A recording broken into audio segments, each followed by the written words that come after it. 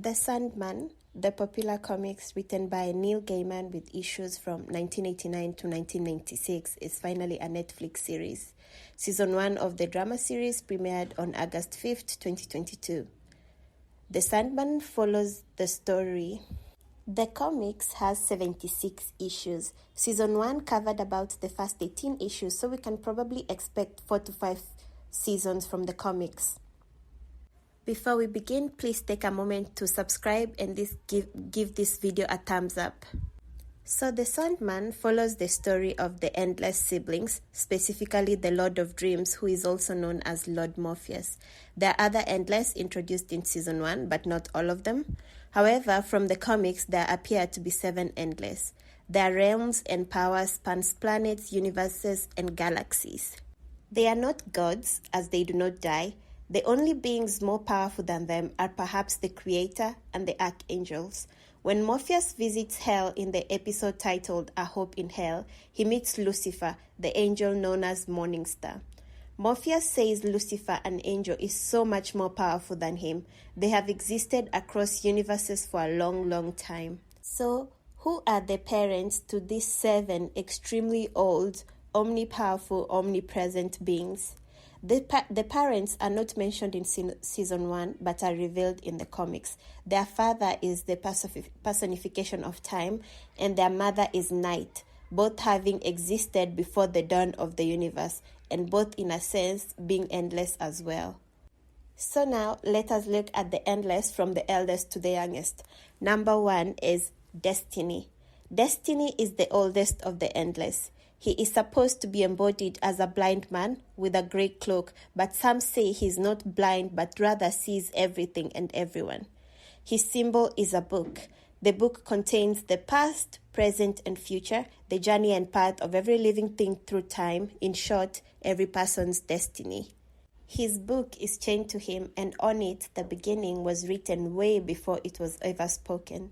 In the comics, he is described as resembling dust and old libraries. There is more details given in the comics about all the Endless, their height, their shadow, their footprints. His gallery, where he communicates with his siblings, contains painting and portraits of the other Endless. Number 2 is Death, who is the second eldest. The symbol of death is an ankh, an ancient Egyptian hieroglyphic symbol that represents life or the key of life. She wears the ankh around her neck like a necklace and has her tattoo under her eye.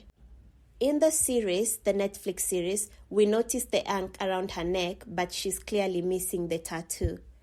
She is one of the most powerful of the Endless and a favorite of Dream. She existed before life blossomed in the universe and will be the last at the end of life to close the gates of the universe. This is unclear, but that is how it is described in the comics. She is omnipresent in many universes, planets, and galaxies, home to different alien life. In one episode where she is taking a life, this episode is in the comics and has not been made into the Netflix series yet, she describes that as she is there taking a soul, she is also present in another planet, galaxies away, where a crystalline life form is splintering apart and dying. She embodies what death has been shown across many series and movies, but the only difference is that she is not seen as one of the 4 horsemen of the apocalypse, which is how death is usually represented.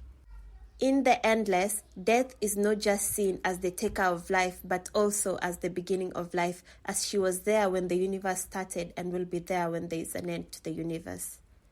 The third Endless is Dream, known as the Sandman. Dream, known as Lord Morpheus, is the Lord of Dreams, the King of the Dreaming, and the creator of dreams and nightmares. He appears as a tall, thin, pale man with dark spiky hair and is dressed in a dark cloak that is described as midnight blue. He is closest to his eldest sister Death, and it is with her that we see most communication in the season. His symbol is a helm, forged from the spine and skull bones of a lost god. In the comics, there is a tale of 3 gods who wanted to rule the dreaming and feed on dreams. Lord Morpheus destroyed them. From the eldest, he forged his helm. From the middle and last god, he created gates. From the middle and last god, he created gates from their horns through which dreams could travel. These gates are known as the gates of horn and ivory, representing true dreams and lies and fearful dreams. Apart from his helm, he has other tools, a ruby and a pouch of sand. His tools contain him or his essence or his power, as when he lost them, he had very little power left and, I quote, had forgotten how much of himself he had placed in his tools. Dream is also known as the shaper of form and can shape realities. In the story Dream of a Thousand Cats, human beings dreamt of a new reality and thus made that the only reality to have ever existed. In another part of the comics, there is a crazy notion that convinced the universe that it existed and thus the universe was born. I'm not sure about how much this was, as I did not see it on the comics, but I have seen it listed in some places. Dream has a son, Orpheus, with the muse Calliope, who was once his wife.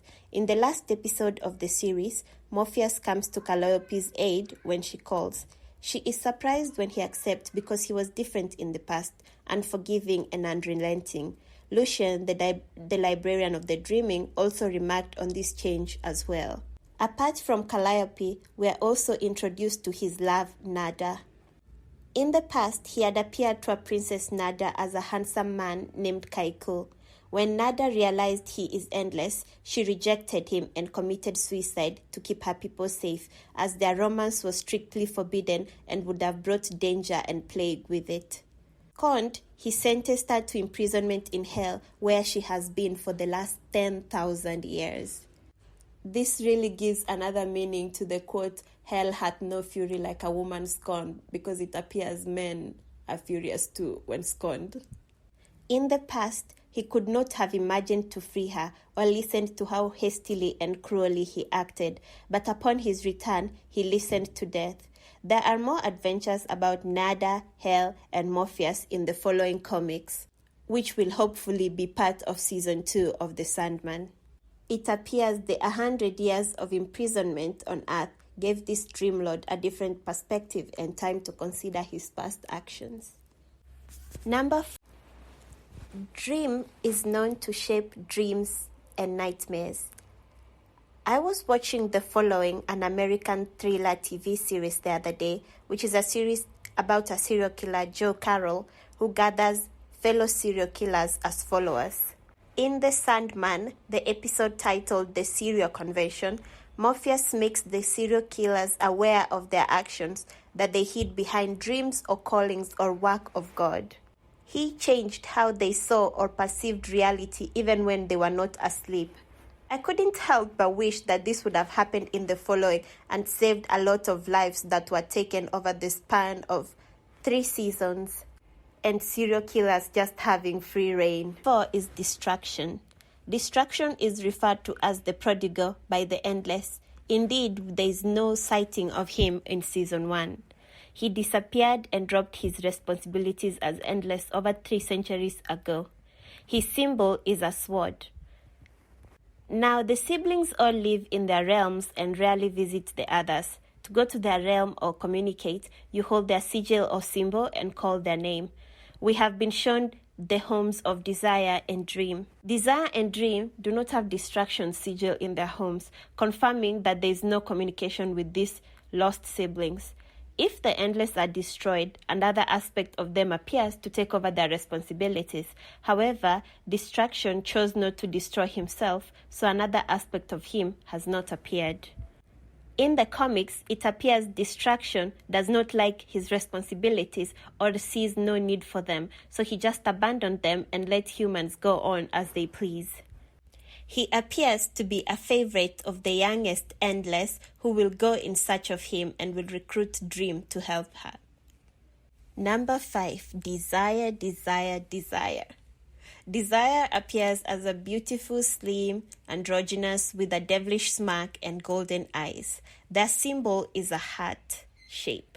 Not a heart per se. The only thing in the realm of Desire is a portrait of Desire themselves. It is called the Threshold. It is a huge statue of themselves in the clouds. It is so large that you can walk till you grow old, but desire only lives in the heart, and all parts of the threshold are empty. Desire plays with human beings and sees them as toys instead of the other way around. Desire, he, she, or they, is all about cravings, temperaments, and games. They seem intent on antagonizing their elder siblings, especially Dream.